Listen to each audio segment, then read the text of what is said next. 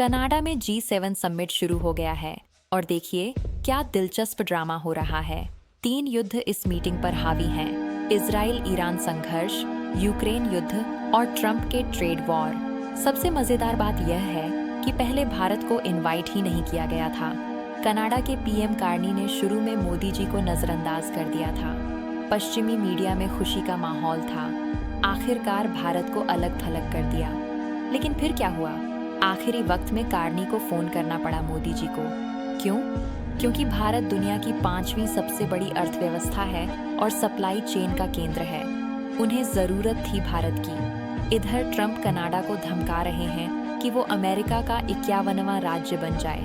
Carney को publicly कहना पड़ा, कनाडा बिकाऊ नहीं है। यही है पश्चिमी एकता का हाल। G7 का क्या मतलब है? दुनिया की सिर्फ 10% आबादी लेकिन 44% GDP पर कब्जा। ये 7 देश बाकी दुनिया को लेक्चर देते हैं लोकतंत्र और नैतिकता पर। इजराइल ईरान का युद्ध चल रहा है और ये लोग बातचीत कर रहे हैं कि कैसे शांति लाएं। वही लोग जिन्होंने मध्य पूर्व में अराजकता फैलाई है। यूक्रेन के जेलेंस्की भी पहुंचे हैं, उम्मीद में कि ट्रंप उन्हें और पैसा देंगे। लेकिन ट्रंप ने साफ कह दिया है, अमेरिका फर्स्ट। यूरोप को अपनी जेब से पैसा निकालना होगा। सबसे बड़ी बात यह है कि भारत को अब किसी के सामने हाथ फैलाने की जरूरत नहीं।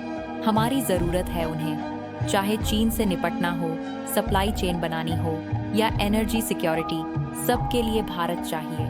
कार्नी ने स्वीकार किया कि कनाडा को अमेरिका से अलग ट्रेड डाइवर्सिफाई करनी होगी, यानी भारत जैसे देशों से रिश्ते बनाने होंगे। यही है विकसित देशों की हकीकत। G7 की 51वीं मीटिंग हो रही है, लेकिन उनकी प्रासंगिकता घट रही है। चीन, भारत, ब्राजील जैसी उभरती शक्तियों के बिना वो कुछ भी हल नहीं कर सकते। Trump make America great again की टोपी पहनकर पहुंचे हैं। यही दिखाता है पश्चिमी एकता का स्तर। हर कोई अपने अपने फायदे की सोच रहा है। भारत अब ऐसी पोजीशन में है कि हम अपनी शर्तों पर बात करते हैं, न किसी का गुलाम, न किसी के सामने झुकना। यही है आत्मनिर्भर भारत की ताकत। पश्चिम को समझना होगा कि अब वो अकेले नहीं चला सकते दुनिया। भारत जैसे देशों के साथ इज्जत से बर्ताव करना होगा। सत्यमेव जयते।